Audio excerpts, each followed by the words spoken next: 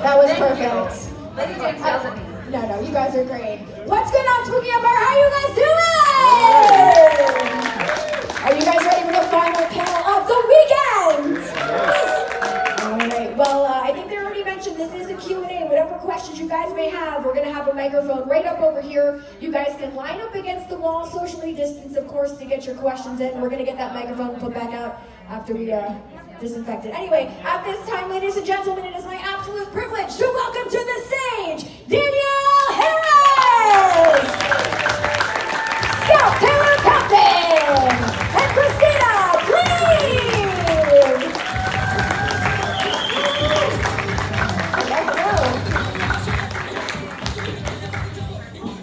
Welcome. Is it working? Hi! Hi, everybody! Wow, thank you guys so much. How has your weekend been here so far? It's spooky. Oh, it's nice to be back. Right, guys? It's been awesome. Spooky's always a great time, though. Yeah, I had such a good time. I've had such a good time with all of you guys. Yes, me too. Yay. Have you guys had a good time? Yes. I heard you guys all have a good time last night at the party. Yeah, me too. Right outside my door. At 4 a.m. in the You morning. must have been next to me. It wasn't for coming from my room. I was like, what's happening? Yeah. I was gonna say, it's not spooky without like the loud late at night spooky parties. Well, usually I'm at, like, I you know, went for a second, but usually I'm out there partying with everybody, but I start a movie tomorrow, so I was like, I need to get some sleep. God, and she texted me at 12:40. What the What's going on? I was asleep by 12:40. Oh my God. I was asleep like by midnight. Oh, jeez. So you said you're starting a movie tomorrow? Yes. Is there anything you're allowed to tell us about? Oh yeah, it's called Triple Threat. It's for Netflix. I'm playing 3 sisters, so I've never played 3 characters, so it's gonna be fun. It's a thriller. I'm excited. That's awesome. Congratulations. Thank you. That Oh, sounds thanks so really much. cool. Thank you. 20 days of 3 people. I really wish my head stays on straight. Danielle already knows. She's like, fuck that. Who do you reminds with? You know what I mean? You're playing all the characters. Well, my stand-in. I was like very hands-on selecting a stand-in that I made sure Actually could act. do it. Yeah. I was like, dude, you or me, we're gonna be best friends. I was like, I need Have to to be. run. Oh my Yeah. God, that's We'll crazy. see. Oh, that's awesome. Very, very cool. And I'm sure we're going to have another panel about that, you know, once that movie Yes, comes out. yes, And we'll yes, have yes. another chat. But for now, you know, we're here to talk all things horror and, of course, Halloween. And so I guess one of my first questions for you guys is, who are some of your inspirations, like, and I'll call them Scream Queen inspirations that you guys had growing up that got you guys into this amazing genre of horror films? Oh, I mean, Jamie Lee Curtis. Like 100%. And then probably, oh God. Linda Blair is pretty. Yeah, Linda, yeah. I mean, But also Nico Hughes, because we used to live, I know he's in Scream Queen, but we used to live like right down the street from each other, so I watched all of his like scary movies and stuff, and just got kind of like his facial reactions and stuff like that from he him. was like 28 months old or something. Like Yeah, that he was a when he did baby. that. Oh, that's amazing. Yeah.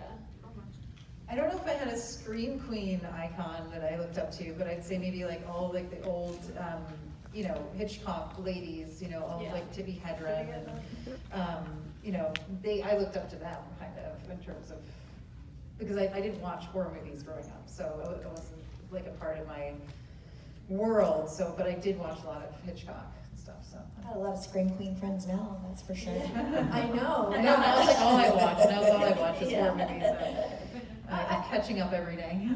How do you guys feel about like the term of being deemed a Scream Queen? I mean, I think it's a badge of honor. I mean, I know there's I've had so many panels, I know you have too, about a lot of some other actresses are not really big fans of it. But I don't know, I mean, I think like you're queens, like I don't know what's higher than that, you know? And it's like a compliment. I mean, I didn't know. I mean, did you know that you could scream? Did you know that like you had a good scream when you like did it? I didn't know, and I like actually fucking like love my scream. Yeah, I mean, I see I like when I know my scream. Like when I go to like horror nights and I'm like, oh, that's mine. Like I can tell which one's mine. Look at my real scream's different than mine. Really? Yeah, you've been in. We went to that haunted house together. Oh yeah, mine's like. Yeah, me too. I scream like a bitch in real life. Yeah, that's true. That is true. Way more powerful on film, that's for sure. Yeah, mine's not attractive. like, I don't know. But maybe in movies, yes. Like I make an effort to make it sound better. Do you guys have any tips or tricks, like to have like the ultimate perfect scream? I don't want you guys to blow out your voices, so you don't have to actually do it. Danielle. But No, I'm not doing it. I saw that video actually you posted. Did you post something where you're doing it? I was did. like, that's amazing. There's another, my youngest son, Jagger, has a voice like me, so he and I will have screaming competitions. Oh my God, so it's cute. insane. and who wins? He might win. Okay. But it's like guttural. I mean, it's like straight from like the diaphragm. It's really, but like, I mean, you know, like you guys can watch movies where you see actresses and you're like, oh man, they're just like, it's from the throat and it just doesn't seem real. Yeah. So you can tell the difference, I think. Yeah, definitely from the diaphragm. So if you do like breathing exercises and you put your hand on your stomach, like right down here, you can practice. It's also good for meditation. Yeah. So like when you feel yourself, you know, this area of your stomach come out, that's where you should be screaming from, like pretty much down here. Yeah, I do that all the time just in my daily life, just to get some aggression If you have out. kids, I'm sure you guys have all screamed. Or if you have a boyfriend, you know. Or a girlfriend, or a husband. Or husband. All of the above. Yeah. So before we do get to questions from the audience, I wanted to know your initial thoughts when reading the script, and maybe also the first time that you guys got to meet Rob Zombie and what that was like for y'all. Well, I did the whole audition process, so meeting Rob was very terrifying for me because I was so nervous, and I just remember I was on the couch, and it was literally like in the movies that you see when you're sitting, and you just literally look up and you see the shoes, you see the jeans, you see the shirt, you see the hair, you see the beard, you see the face. You know, it was like one of those moments, and I was just kind of shocked. But he's like so cool. He's like immediately right when you meet him, he's just such a down-to-earth person. And he seemed like a friend, like right away. And the script, I mean, when we were auditioning for it, I had no idea that it was for the Halloween franchise. It was just the untitled Rob Zombie. So, you know, and I actually wasn't very familiar with Halloween because I was 17, you know, and but I mean, I loved it. I loved being able to scream. I grew up in a mortuary, like around dead people, so it just kind of like fit my realm of things. So I was like so for it to do like a horror movie. But yeah. I knew it was for Halloween. But I did not have a script. So until I got the part, and then Even when we did the testing, you didn't have the script yet? I did have it by then. Okay. Like once I was cast and set and all that stuff, then I got a script. But I always thought for sure Annie was going to die, you know. So when I got the script, I remember specifically being in my bedroom, reading it and going, "Oh my god, she lives! Oh my god, I live! I'm going to do another one." So it was pretty exciting. And then Rob's great. I met him. I think actually it was the day that we were. Did you meet him before the day we were together? No, that was the day. Yeah, when you were screen testing was the day we met him for the first time too. Yeah, the same thing. I met him that day, and I did not know I knew of Halloween, but I'd never watched the movie, and I didn't know who Rob Zombie was until I looked him up, because I I'm just like, I grew up under a rock, like, I don't know, like, in New York City, but I don't know how I didn't have any pop culture references in my life, like, those came later. But yeah, so I was like, wow, who's Rob Zombie? I looked him up, and he was like I was like, whoa, this guy is intense. I was like scared to meet him because he looked so, I was like, oh my gosh, he's gonna like hate me. I don't know. And I was like, are you sure he cast me? I don't know why he cast me. But no, he was actually it was weird. Like his image that you see online or that you think is very different than who he is in person. Like he's so down to earth and kind. I think he's a very kind, you know, empathetic person. Like he's very connected, and he looks at people for who they are, and he, you know, can see who you are, and he helps bring out your positive qualities in your acting. And I think he's really good with actors, and he's really good at casting, and he's obviously very talented, you know. Awesome. Were there any moments, and I'm sure like when you guys are doing a movie as intense as Halloween, you have to be in a certain headspace, you know, to like get through these scenes, but were there any moments that maybe a take went completely wrong and you completely broke character? I think all the time. Oh. I think we were always, especially Tyler and myself, we're such goofballs. I mean, he's like my second dad. Like I love that man so much. But yeah, we're goofballs all the time, and you can tell when Tyler's smiling because his little eyes go like squid. So as soon as I see those eyeballs go squid, I'm dead. I'm like laughing, and Rob's like, "Come on, guys!" Or with Malcolm, like all the time, always cracking jokes, trying to get you to laugh, and you're like crying, you have boogers coming out of your nose, and it's like making you laugh, you know. I mean, if you can't have fun and like break character, then I don't know. That's like, I think those are like my special moments, you know, that I remember the most for sure. For sure. Mine are more like I told her when we were doing when Annie runs out of the house, or well, wasn't supposed to run out of the house, supposed to run into the kitchen, but I had said to Tyler, like, you better put some pads on, because I'm gonna fight you. You're not gonna get me so easy. I'm not gonna like go down like the way it's written. So and he was like, pads, I'll be fine. And then, I mean, so anyway, he couldn't actually get me, so I made it out the front door and was like, come on, bitch, let's do it. But I had these giant Tyler Mane handprints on my arms from like physically fighting. Because my whole thing was like, I'm the sheriff's daughter. Like, I'm not gonna just, you know, go down easy. So, and then he actually couldn't pick me up in the kitchen stuff where he's dragging me out. He was supposed to pick me up, put me over his shoulder and carry me to the dining room table, and then Annie gets stabbed there. But because he had his mask on and he had the knife in his hand, my boots kept slipping off every time he would try to grab me. So he couldn't pick me up and throw me over his shoulder, so he just started dragging me out of the room. Oh my God! Wow. Yes, nice rug burn on my boobs, that's for sure. That shit hurts. It hurts. That shit hurts. Yeah. And I still wasn't letting him get me very easy, so it's fun. I know what would happen if an intruder came into your house. Yeah, I would shoot them. Yeah. I feel bad for the intruder. I don't know. I'm trying to wait. What was the question about breaking character?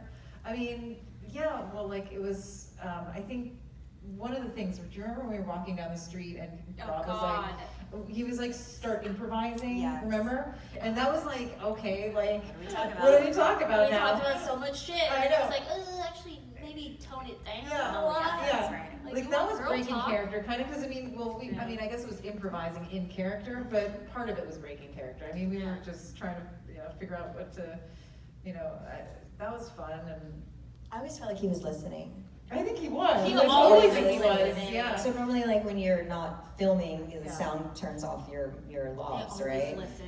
But if they don't turn them off, whoever has headphones on, even though when you're not rolling, you can hear the conversation with the actors. So I'm always very careful. I think that's how, because I turned 18 on the set, and I think I said a few times, like, oh, I've never really listened to his music or anything. And then literally my day, he comes like, really shy to me with his hands behind his back, and it's all the CDs that he's ever done from like White Zombie. He's like, here, happy birthday. I remember that. Yeah, you know? So he was listening. Yeah. Always listening. All right. Well, if it's okay with you guys, we're going to take some questions from the audience. So whatever questions you guys may have, now is your moment. I know it's a little intimidating. Do we have a first willing victim? Yes, get it. What's your name? Yes. Hi, I'm Frank. Hi, nice Frank. meeting you. It was great seeing you yesterday, the day before yesterday. Yes. I wanted to talk about Halloween 1 and 2, and if you were directing the movie, how would you have ended the final scene to either Halloween 1 or to Halloween 2? Oh, shit. Wow. If that's too much, I can change it. No, damn. Like it's I Sunday. mean, okay, no. The I first know. movie ending is my fucking favorite ending of a movie in a very, very long time. I love that. Explain the second one. The second one? I'm still confused. The second one, yeah, maybe I would have changed a bit. I don't know, I think I would have I liked where the movie was going in the beginning, and then when she woke up from the nightmare, I thought it was really cool, but I don't know, I wish it would have stayed more in the realm of like the beginning of the movie, and kind of played off that realm. The horse, I still probably will never understand, but you know, it's Rob's mind. But I mean, I don't know. I would have definitely ended it with like, I kind of liked when she ended up in the asylum. I thought that was really cool. I just didn't really like the when they shot her and she came out with like the mask kind of thing. I don't know. It just kind of it was a lot for me. But so was that movie. That movie was a lot. But I love the first movie ending, and that was great. You know, in the second one, Rob kept rewriting stuff. Yeah, well, they made him rewrite stuff all the time. Yeah, so it was difficult to figure out what we were doing and where he had come from and where it was going to be in the movie. And I mean, I remember being in the car one day and being with Wayne Toth, and he was like, "So apparently we're slitting your throat today," and I was like, "What?" Yeah. He's like, "Glad I have all my prosthetics here because you never know what's going to happen." I was like, "Slitting my throat? Why would you be slitting my throat? I don't understand." And then Rob brought us to the back and had us like scream in that weird, I don't even know what lens it was. He just like put like weird shit on our face. And He's like, just go in this tent, remember, outside the house, and he was like, just talk horrible things and shake your head and scream, and you're like, what is this for? Yeah, that was the only thing that was so difficult. I know this is not your question, but that was the only thing that was so difficult in the second one, is the script was constantly changing. And for Lori, for myself, I mean, I pride myself on like knowing where the character came from and knowing where she's going, so you don't have like roller coaster of emotion.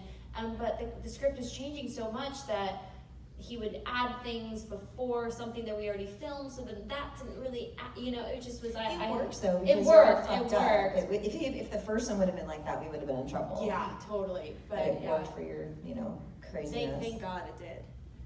So I don't know how we would change it. How would you have changed it? What do you think? Don't hate me. I like the movie. I thought it was great. The creativity and the artistic vision was super cool. I like the scene, and I like you too. I like the scene where you're on the coffin table with all those like pumpkin kings. Yes. That was like my favorite scene. Oh, and I was cool. like, Oh, cool. Yeah. Thank you so much for the question. Thank you. That was a really good question. Yeah, that was great.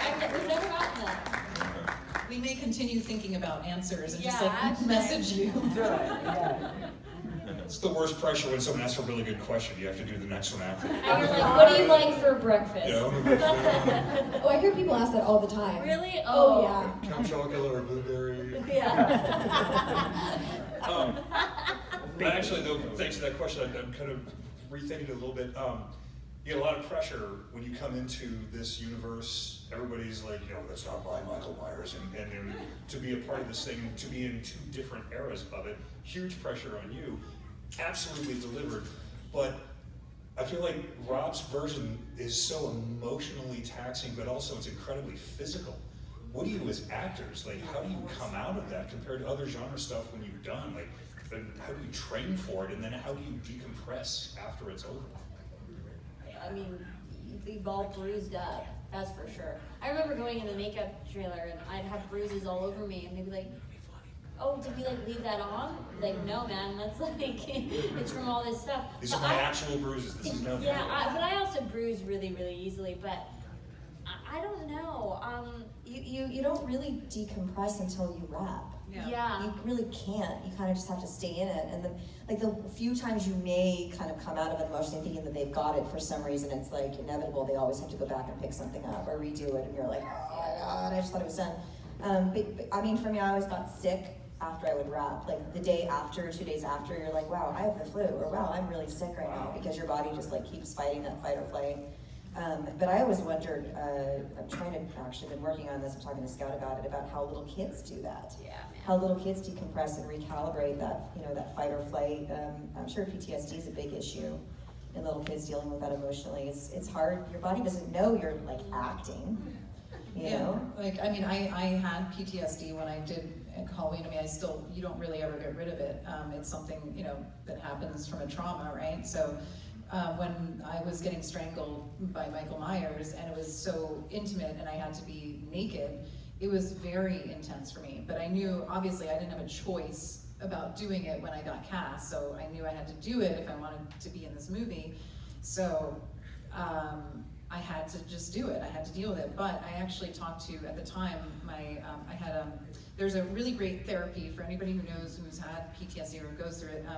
It's called EMDR. It's light therapy, which I did. I mean, I did when I was like 20, and so I called my therapist after the scene, and I was like, I went through this, and like this man, strangled me, and it was really intense, and I don't know, how do I deal with, because I was like crying when I drove home, but I also felt kind of relieved. It was really strange, and I asked her, why is that? Why don't I feel more fucked up than I thought I would? Because it was, you know, violence at the hands of a man. And she was like, because you were reliving something and you were able to get out of it fine. So it was like, in terms of trauma, if you relive it but you're fine afterwards, you stop connecting it to being emotionally hurt or scarred, right? So it was, yeah, she said it was actually good for me to do that scene, and it was actually helpful for my therapy. So, I mean, you know. We were all there for you too. Yeah. So thank you all for watching and enjoying.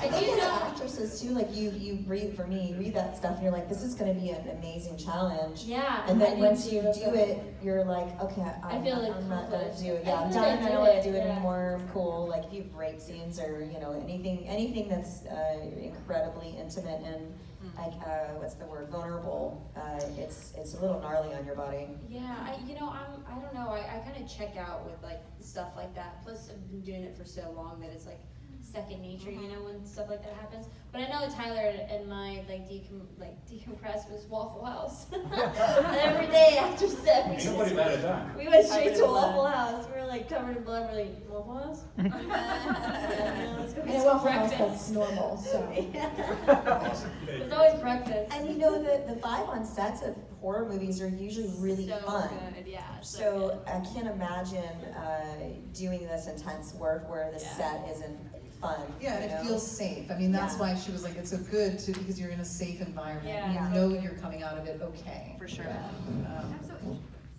I doubt like soap operas, I'm sure they like have a harder time dealing with that stuff after because nobody gives a fuck. Yeah. TV world does. You know, they don't care. All right, do we have our next question? Uh-oh. Yeah, I'm sorry, I have no voice. Oh, you're the one who's outside my room. He's gonna read it for me. Oh my God, it's you. It was in front of our room the other day with just that, what was it, 8 a.m. already with like a couple Budweisers. Welcome to Spookyempire. All right. All right, so this is his question. Partying for 4 straight days, no voice. Love you all, ladies, especially Daniela. So impressed with, among friends. If guests don't own this, then they get it. Got an autographed copy from you.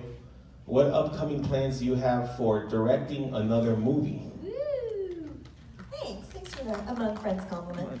I am going to be directing a movie called Sequel that my very good friend and mentor Joe Dante, you know, y'all know if you know me that Gremlins is like my favorite movie ever. So we worked together on a movie a couple of years ago. He produced a movie that I was in, and I sort of helped maneuver directing. I mean, after the fact, you know, worked on a bunch of stuff with him and said I wanted to work with him, so he optioned the script that he found for me. We've been looking together for a few years, about 2 years, to find the right thing. And this was I mean, I read this and was like, oh my God, this is what I'm supposed to do. So it's basically 7 final girls, 1 final night, and it's about a bunch of real life final girl survivors that were part of mass serial killings that survived, and they're part of a pharmaceutical, they're part of it's phase 4 of a trial for PTSD medication, and they're forced to go sort of have exposure therapy all together in a house. So, and just to prove that nothing is gonna happen in the woods by themselves. You know, 7 women that are like the final girls, and all kinds of shit of course happens. So you get to see, because that's kind of the idea, right? You think like, well, what would really happen if you took, you know, I always think that in real life, like, what would you do if you put all of us who've done this in, like, what would the defense look like? And yeah, and also, you know, medication, sometimes it works, sometimes it doesn't. So it's a very, very good script. And it's like Happy Death Day. I mean, it's got a ton of humor. It's gnarly and hardcore and super funny and dirty and wrong, and like the girls are just badass, and all ages. I mean, it's all over the place. So it's going to be littered with some real classic scream queens, final girls, and some newer. And it's hard. You know, I have a lot more than 7 girlfriends, so it's very hard to figure out where everyone fits in this. So, but I'm excited to direct it. It's going to be hard to find the lead because I feel like she's so written for me. that it's hard to, I'm gonna just have to cast somebody out of the, this world and just sort of find maybe somebody that's newer in it. Otherwise I'm gonna wanna jump in and play her, and I am not willing to tackle that challenge. Thank you. Yeah. The challenge of directing yourself. Oh, hell yeah. Acting out the role. Okay. I could never imagine starring and having six can you imagine? Females, yeah. 6 women in one location and you're directing and starting. Hell no. No. Even with everyone being people that I know, like it's just, yeah, no, I need to be behind the monitor. Yeah. I need to make sure that it's going right and help everyone get there, and I don't need to be in front of the camera. Women don't mind going to the director and telling their minds. Oh my God, yes, that's for sure. But it's gonna be awesome. Yeah. What was the name one more time?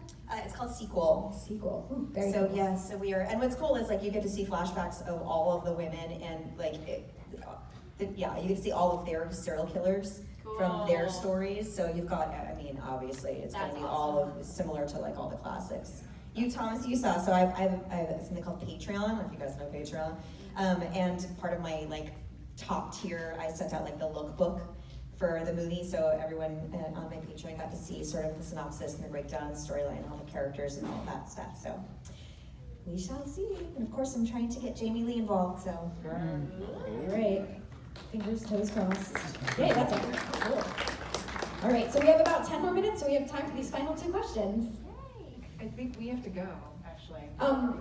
At 1:30 or 1:40? 1:30. 1:30? Mm-hmm. Okay. Yeah, that's what I see. Is that the? Yeah. Oh no. Yeah, I know. I'll answer. I'm here. Okay. I got a later flight, so if you guys are okay with me answering for you. Okay. We'll meet you in the back. Yeah. Is that where we're supposed to be? How long does it take? We can answer one more. Do you mind one more? I have a earlier flight than you do. It's 40 minutes before yours. Oh shit. Okay. Yes. Bye. Bye guys. I'm so sorry. That's okay. Thank you guys so much. Thank you. So fun. Until the next one. We appreciate you guys. Be safe. Have a safe travels. I'm here. I'll answer. You guys can blame me, it's okay. Get to the airport and talk to us. Be safe, safe flights, guys. All right. And then there was one. You're the final girl. I'm the final girl. I love that we're all collectively thinking it. We're all like, final girl. All right. Come on down. What's your question? Hi. So, working with Jamie Lee Curtis and Sherry Moon, how was that working with them? Because, Sherry I've is never like, met Jamie Lee, and I did not have any scenes with Sherry. So Scott would have been the one to answer that question. But I know Sherry, from being on set, and she's wonderful and sweet and lovely, and Rob Zombie wears her jeans. That's really interesting. I was like, I love your jeans. He's like, thank you, they're Sherry's. Yeah, they're both at the same size. Yeah, he's teeny tiny. But she's super cool. So I have a funny story. So, I've never met Jamie Lee, and I've been, I can't believe it. It's insane, right? And I was on the airplane a couple weeks ago going to Days of the Dead in Chicago. I'm sitting there and I was working on my script, Sequel, and the guy next to me kept, kind of peeking over or whatever. And at some point later on in the flight, he said, oh, what are you doing? Are you an actress? And I said, yeah, I'm an actress, but this isn't something that I'm in. I'm also directing now, this isn't directing. And he's like, oh, what's it called? And he was chatting. And he's like, oh, I know you from anything. And I said, I do a lot of scary movies and other stuff, but I don't know what you know. That's the worst question. You don't want to go down your resume because you feel you're a snot, You're like, well, I've done this. So I'm just like, I don't know. I try to gauge it, and then it's always the opposite of whatever I gauge, I'm just like, no, it's Wish Upon a Star. And you're like, oh, I thought it would be Last Boy Scout. Anyway, so I said, oh, he's like, oh, movies, I love horror movies. And I said, and anytime anyone says that and doesn't recognize me, I'm like, you probably don't love horror movies. And I said, oh, I've been in a bunch of Halloween movies. He's like, oh, like Halloween, Michael Myers. I said, yeah. He's like, who were you? It's like, oh, well, I was Jamie Lee Curtis's daughter, Jamie. And he's like, oh my God, can I take a picture with you? I'm like, sure. We're mid-flight. So he takes a picture with me, put the mask down, do it really quick. And he texts it to Jamie Lee Curtis. He's like, I'm her chiropractor. And I was like, oh gosh, she'll have no idea who I am. He's like, wait, you told me you played her daughter. I was like, yeah, but but I don't really know her. Like, we weren't in the movie together, but I play her daughter, and he was totally confused. So I said, oh, tell her that I'm going to be coming after her for this part in my movie, the movie that I'm reading right now. This is the script. So if I end up getting in touch with her and meeting her through her freaking chiropractor that's sat next to me on the airplane, out of all of these years of being at horror conventions and being in movies, like, that would be completely insane, right? It's so serendipitous. So serendipitous. And now you have to use him as a chiropractor too, if it does work out. I'll just be like stalking him in his office, waiting for him to come in with the script outside. Can you sign this?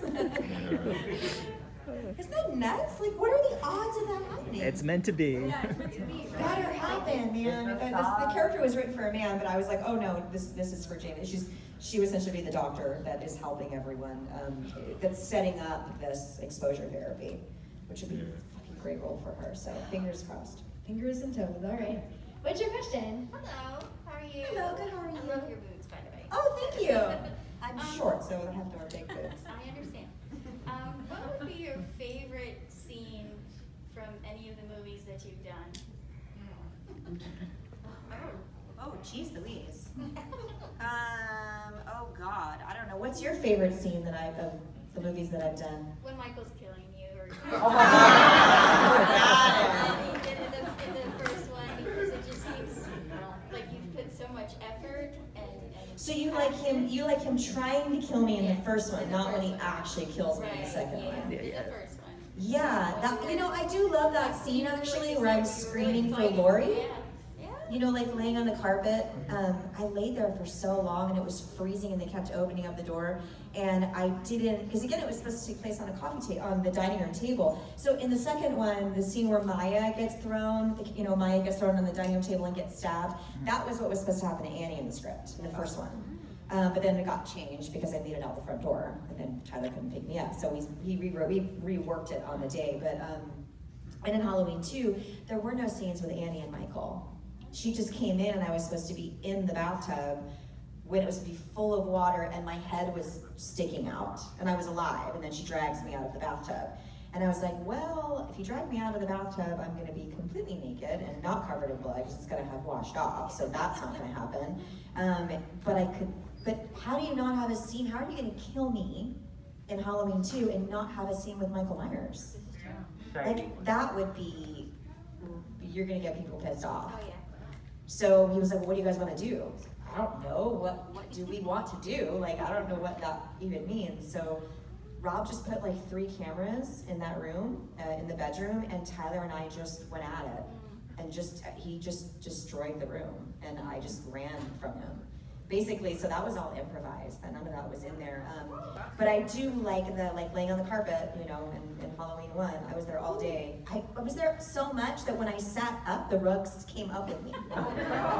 It was glued to my back from being dried in blood. But I wanted to lay there just to feel that, you know, the entire thing. But me screaming for Lori in that scene is still pretty intense to watch it. Very emotional and awesome. It was gnarly. I mean, I'd never done anything quite. Because, you know, Michael never got me, right, in the other ones. This is the first time that he actually did, so, yeah. Finally caught up to you. Yeah, many years of rage, apparently. Thank you. Great question. Yeah. All right, our final question. What's your name? Joy. I'm more of a fan of you on Halloween 4 and 5. Thank you. So when you were talking about the PTSD between the child actors and adult actors, did you ever get it when you were playing as a child actor on 4 and 5? You know, I don't think I did then, but now as an adult, I realize what effect it probably did have on me. That, you know, still, but there's like this, oh God, I'm gonna get into therapy now. I mean, I'm in therapy, but I'm just saying. There's this, it's something that I'm concerned about for kids now that I think about it, and not only kids like in, you know, horror, I mean, I look at that scene in Cujo, right? I'm like, how did this look? And I sat with Dee Wallace and watched it. I'd never seen it before, and I was crying watching it. And I said, how the fuck did Danny do that? And she was like, she was so concerned, making sure he was walked through it and talked through it. And at the end, he was like, oh no, it's fine. I had a seizure in real life. I know what this is like, and just like snapped out of it. But that's not like normal, you know? Like it's true, like these kids are just like do, and every time I see, like, I don't let my kids watch kids play with toys on YouTube or any of that stuff, because I just like, something's not processing properly. So I did not at the time think there was an issue, but I look back now and I watch Halloween 5 and I'm like, I can't believe they made me do that. You like did a lot. putting me in front of a moving car in the middle of the night with no harness, he was, I mean, you see how close, I could see my double and then me, and he came so close to me so many times, that shit would never fly now. But the problem is, it's still happening everywhere.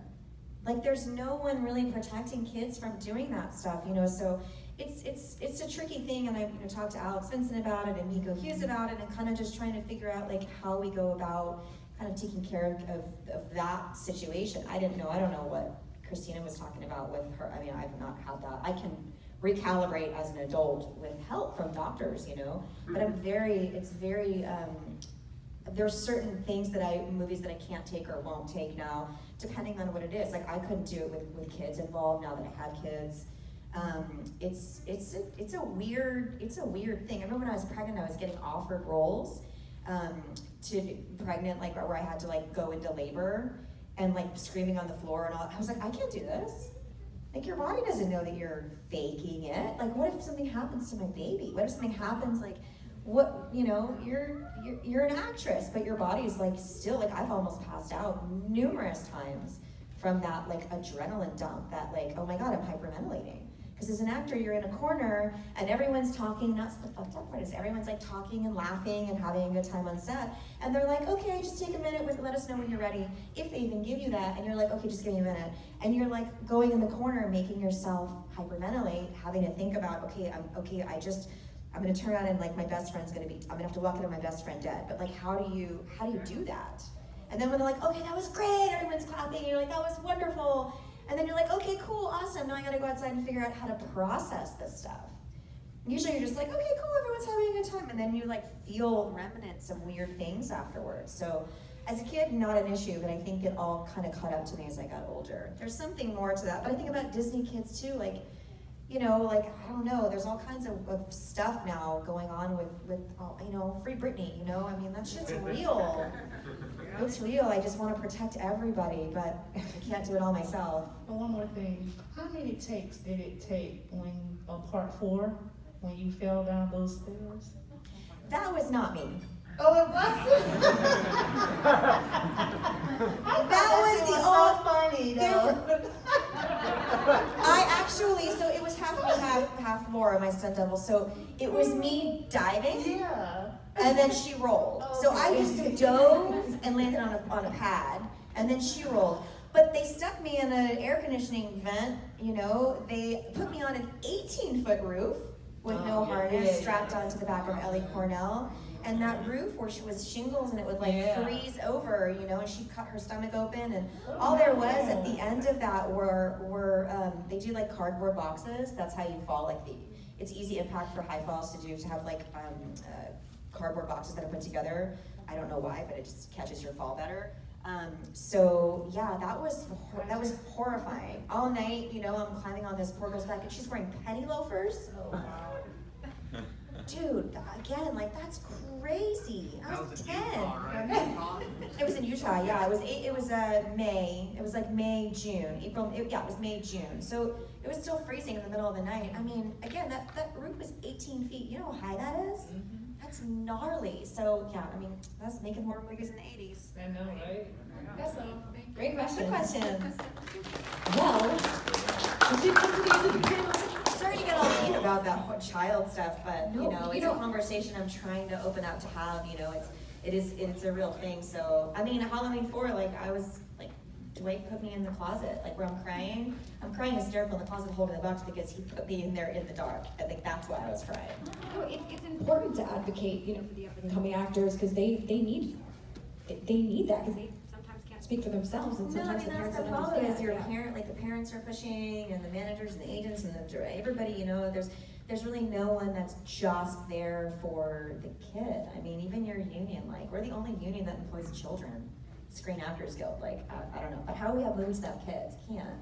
You just need someone, like, they have COVID compliance officers now. They've got intimacy supervisors on set for, for being, because usually it's the woman's job. The director's like, I don't know what to say. You guys are gonna have sex. Just do whatever you guys want. And you and the actor are like, the guy is usually like, well, where can I touch you? Where can I not touch you? Like, what's cool? What's not cool? And you're like, you don't want to be the one that's like, you can't touch me anywhere. So you have to do your job, but thank God there's now this like extra person hired to make sure that everyone's comfortable and it's all good. But that's all bullshit because they're really just there because then no one wants to be sued. They need someone there to like protect them. So, but we take advantage of that. Like, I'm glad there's that extra person that's on set doing that, so we don't have to be the ones to like feel weird about it. I've not had any situations. I've had like great experiences. No drama, no casting couch, no. I've been so lucky. I've just seen a lot of gnarly things in my career, unfortunately. So, thank God. For sure. Well, is there any final thoughts you want to leave us with here today? Oh, final thoughts from the final girl. I'm just really happy to see everybody, and I owe you guys a lot for. I wouldn't be here if it weren't for you. So, I hope to see more of you on my Patreon. It's a way that we, talk and hang out, and if not, I'm always on Instagram. I'm trying to get better about that stuff. So, and I just love you guys. So, thank you. Spooky, really good weekend. Do you mind? Can we take a quick photo with you? All right, if you guys want to stand up, leave your masks on if y'all don't mind, and if you want to face the stage, we're going to take a picture with Danielle. Oh my God, we had one of these years ago too.